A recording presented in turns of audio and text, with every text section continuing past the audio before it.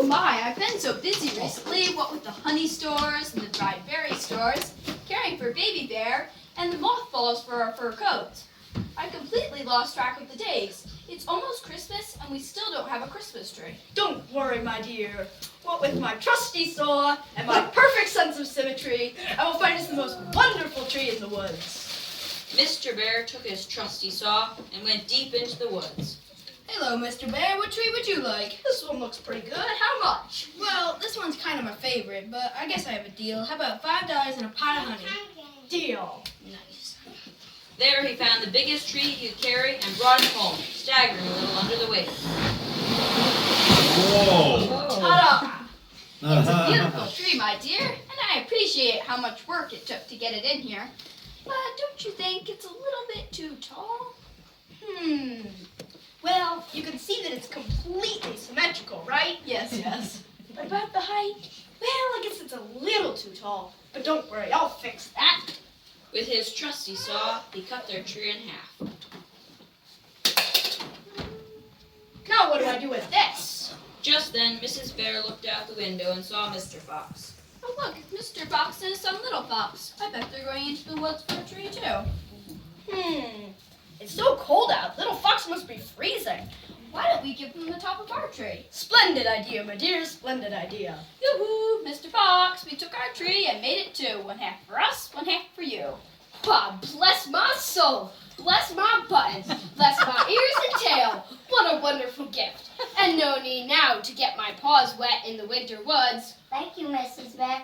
Thank you, Mr. Bear. Thank you, Baby Bear. Mr. Fox put the tree on the sled. Then he and his son turned the sled around and pulled it home.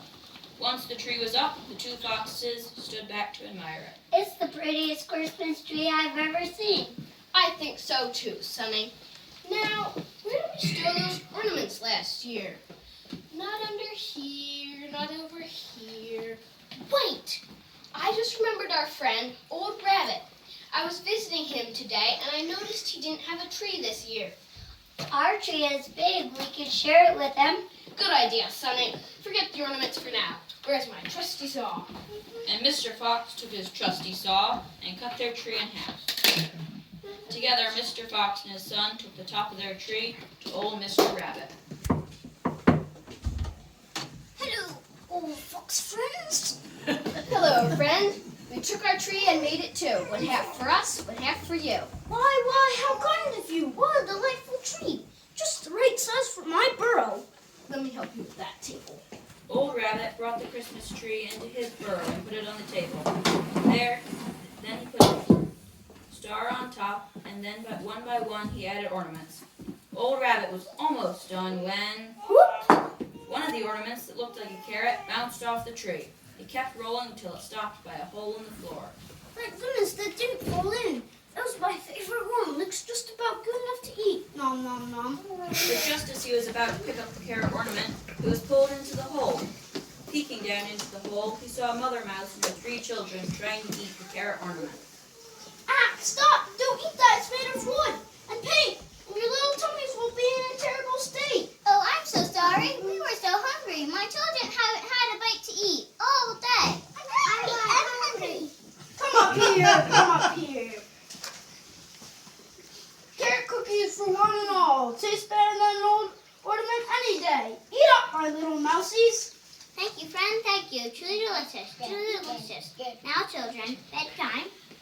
Mother Mouse carried her sleepy children home and tucked them in bed. Old Rabbit went to bed too, but he could not sleep. When he looked at his pretty tree in the window, he knew why. It's Christmas Eve. The mouse family should have a tree of their own. Old Rabbit went to the window and cut the top off his tree. Quietly, he tiptoed over to the mouse family's hole and slipped the little tree in. Merry Christmas. I took my tree and made it two. One half for me, one half for you. Then Old Rabbit went back to bed and went to sleep.